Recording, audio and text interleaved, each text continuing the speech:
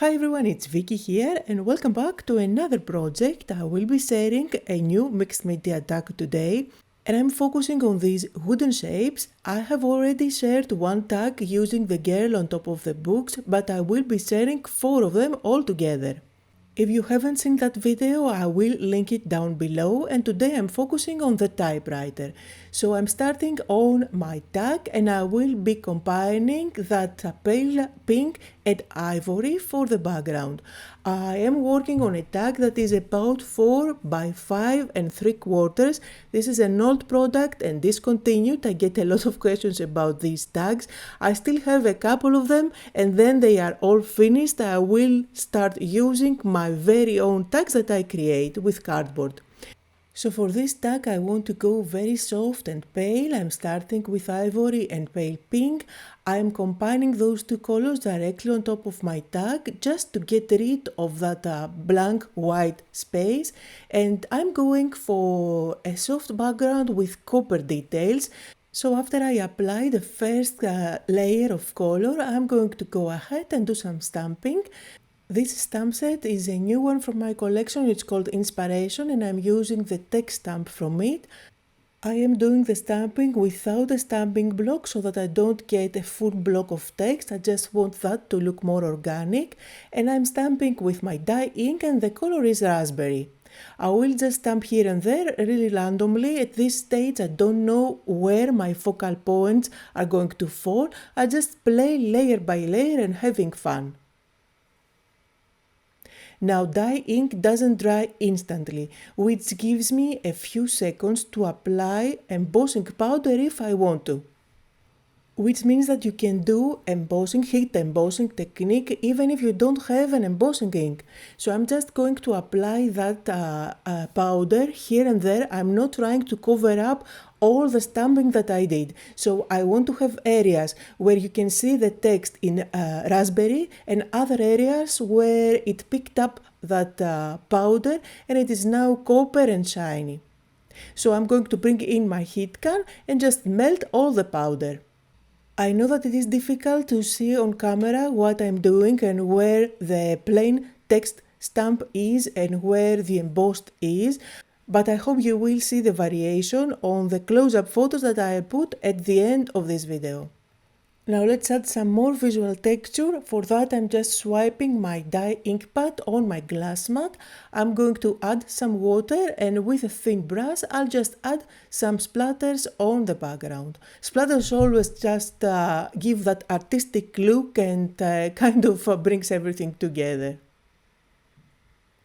Now I'm going to move on and do some stenciling, and I did talk about this thing that I like to do with Scotch tape in a previous video, but I'm showing it to you now.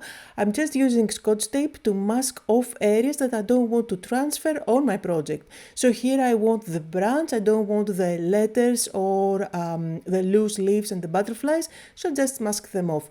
I'm going to use volume paste, and this is going to give a very subtle look. So white over pale pink is not going to show that much, but still it's going to give some texture and interest without overwhelming my background. Also keep in mind that this stencil is very delicate. The lines are so small. So you need to make sure that once you use it, you go ahead and wash it, otherwise it will clog. Especially with volume paste, which is very thick, it's going to block all those lines. So every time I use the stencil, I make sure that I wash it. I'm not very good in washing my stencils after using them, especially when I go with acrylic paints, but when I use volume paste, I always make sure to do that. I'm also going to add some extra detail there at the corner, and a part of it is going to be covered by creating the cluster on top of it, but you'll still be able to see that beautiful texture popping from behind. Now I want to use these decorative chips, and again these are from the same collection, Secret Diary, and I'm going to pick up this branch, and you can either use it as it is, or for this project, since I want to add some copper details, I'm going to use heat embossing. So here I'm just smoothing it on top of my embossing ink pad, making sure that it is nice and wet on one side, and then I will apply the same copper embossing powder that I used for the background. And I'm showing you this process on one branch, but I will repeat the same idea on another branch as well, so I have a couple for my final composition. Now I will move on and add even more elements into the mix. I am just tearing off a little piece of corrugated cardstock. I always find that it adds more texture and I love the neutral color, so it matches pretty much every design. And then I'm just going to peel off some of the designs from the Washi pad. Remember, these are pages from the Washi pad. You will find many designs that are complementing the collection, and you will find way more designs than what you can find in the paper pad. So here I'm just using my ceramic pen and I'm going roughly around the images that I want to peel off. And you can definitely use your scissors to separate the designs, but if you use a ceramic pen, it is going to keep the page intact, nice and neat, so you don't turn a page into little pieces that you cannot even store later on. So anyway, I will be picking those images from the Washi pad that give you text, and that's the text that I will be sticking down in different parts of my tag. So I am going to, and again for this video, as the latest ones that I'm posting here on YouTube, I chose to go without fast forwarding anything because I find that it may be easier for you guys to follow the steps. However, I will just cut off parts that are really boring, like using my heat gun and things like that. Let me know in the comments below if you like that pace better or if you want to speed up the process just a little bit more. So anyway, I'm just sticking down my corrugated cardstock, and this is going to provide kind of a base where I will build my composition on top. Now remember that the washi paper is semi-transparent, so although it adds texture, visual texture on a project with all those details and lovely designs, it's not going to cover up what is underneath. Now in my case I just have some color underneath, nothing is really going on there. However, keep that in mind for other projects where your background has beautiful layers, it's not going to completely cover them up. So here again I chose another design from the washi page. I'm going to peel it off and decorate my background. Also keep in mind that you can easily layer this washi tape one on top of the other. Again, it's semi-transparent, you will be seeing what is underneath. And another thing, the washi tape is repositionable, which means that you can easily peel it off and place it on another area if you don't like the initial placement. However, if you want to make sure that this is going to stay put on a mixed media project, you can always just add some glue underneath or cover it up on top.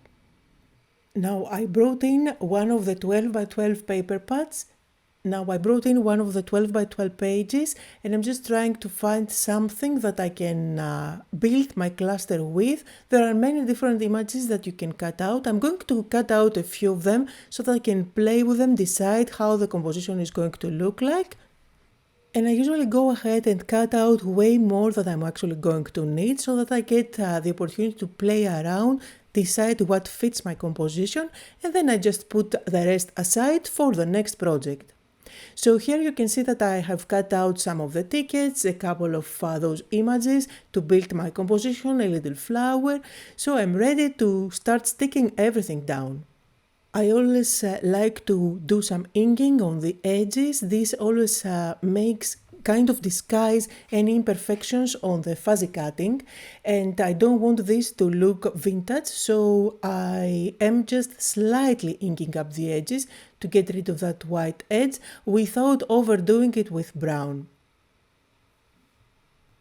Creating a composition that is pleasing to the eye has to do with balance, adding different colors as well as different textures and layers. So here you can see I'm using two tickets in different shapes and different color, layered one on top of the other.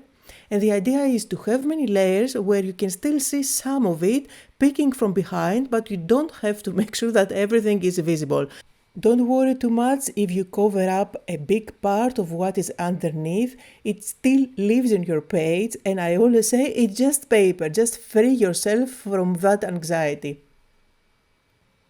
And you can see here how it is coming together slowly. Here I'm adding the branches, and I am kind of following a triangular design where I'm building the cluster mainly on the bottom half of my tag. And again, as I always say, you can never go wrong with flowers and leaves. They always add that extra touch on a composition. And if you don't want your composition to look too busy and with lots of things going on, don't introduce new colors when you add flowers. So here you see I'm staying with ivory flowers, adding that romantic look and feel on my composition, but at the same time not turning it into looking too busy. Now those flowers were cut out again from the same paper pad, and I love the fact that they have those rose gold centers. That's why I picked them, because I feel like they match perfectly with my background. On my mixed media projects, I always like to have a kind of a quote or a phrase, something uplifting, and I do have a page on the pad where you can find tons of such images to play with. I have cut out one from the 8x8 page just because it is smaller, so it fits better with the proportions of my tag. However, you can get the same phrases in a bigger scale if you get the 12x12 pad. Here I just cut out an image that looks like washi tape, and this is from the 12x12 pad, so I just play with the different sizes here depending on what fits with my composition. And then I'm just going to build one on top of the other on my tag to create a smaller cluster just for this phrase. And again, don't align them one on top of the other perfectly and in the center. Just layer them randomly, allowing for more of those edges to peek from behind. Now I'm going to dab a little bit of white. This is the oil paste, but you can definitely do it with acrylic paint or gesso. I'm using a very stiff brush, and I'm just dabbing or swiping like dry brushing over some of the elements, giving that little detail on all the elements kind of brings all of them together. And of course, the finishing touch, I will not forget to add some splatters. Absolutely love that rose gold combo that is going on my tag, and all that's left to do is to just tie some ribbon. Sometimes I just tear off fabric, other times I use lace for that, or just string. In this case I just use a couple of pieces of seam binding that just thread them through the hole, and then I'm just going to use a thin brown string and tie a bow. So that's the project for today. As always, you will find a full list of all the supplies that I used down below in the description. Don't forget to like and leave me a comment. I hope that you had fun and that you got inspired.